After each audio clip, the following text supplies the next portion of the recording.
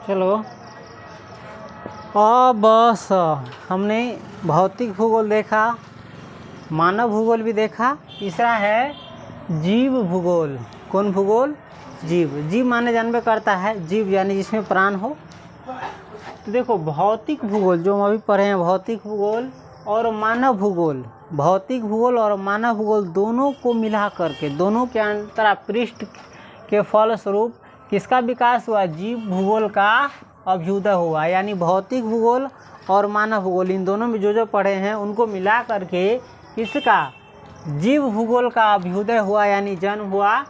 इसके अंतर्गत निम्नलिखित शाखाएं आती है। जीव भूगोल के अंदर कौन कौन शाखा आती है? जीव भूगोल, वनस्पति भूगोल, पारिस्थितिक विज्ञान, पर्यावरण भूगोल। ये चारों आता है किसमें? जीव भूगोल में।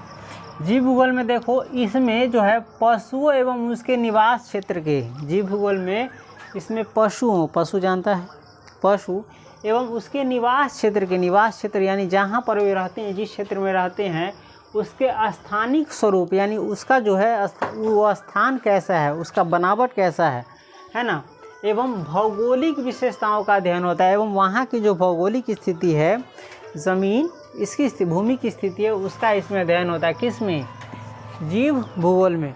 मूल रूप से समझेंगे तो जीव भूगोल में पशुओं के बारे में अध्ययन होता है और उसके निवास क्षेत्र के बारे में अध्ययन होता है। उसके बाद है वनस्पति भूगोल। वनस्पति जानता है ना, पेड़ पौधे, है ना।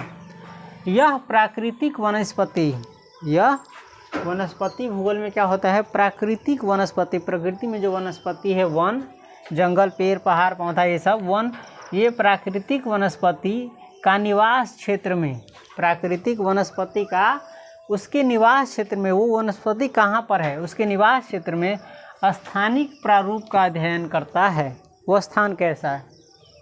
उसके बाद है पारिस्थितिक विज्ञान। पारिस्थितिक विज्ञान, इसमें प्रजातियों के निवास, किसके निवास? प्रजातियों के निवास। प्रजाति जानता है ना, जैसे पालक एक साग है और उसके प्रजाति का सेम क्या होता है? वे घास होता है पालक जैसा, देखा होगा तुम लोग। यानी एक ही रंग का दिखने वाला अलग अलग जीव, जैसे भेड़ बकरी क्या है? एक दूसरे के प्रजाति है, समझ गया, एक रंग का है ये सब। तो इसमें प्रजातियों के निवास या स्थिति क्षेत्र का वैज्ञानिक अध्ययन किया जाता है। किसमें? पारिस्थितिक विज्ञान में। एक रंग का चीज़ जो है दूसरे जगह आता है, चाहे उसी से मिलता जुलता, तो उसका अध्ययन इसमें किया जाता है।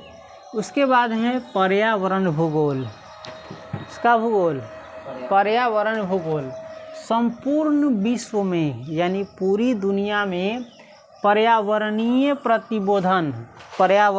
प्रतिबोधन के फलस्वरूप, यानी कहाँ का पर्यावरण कैसा है उसके फलस्वरूप पर्यावरणीय समस्याओं, पर्यावरण जानता है ना, अपने आसपास की तुम जो भी देखते हो सब किस में आता है?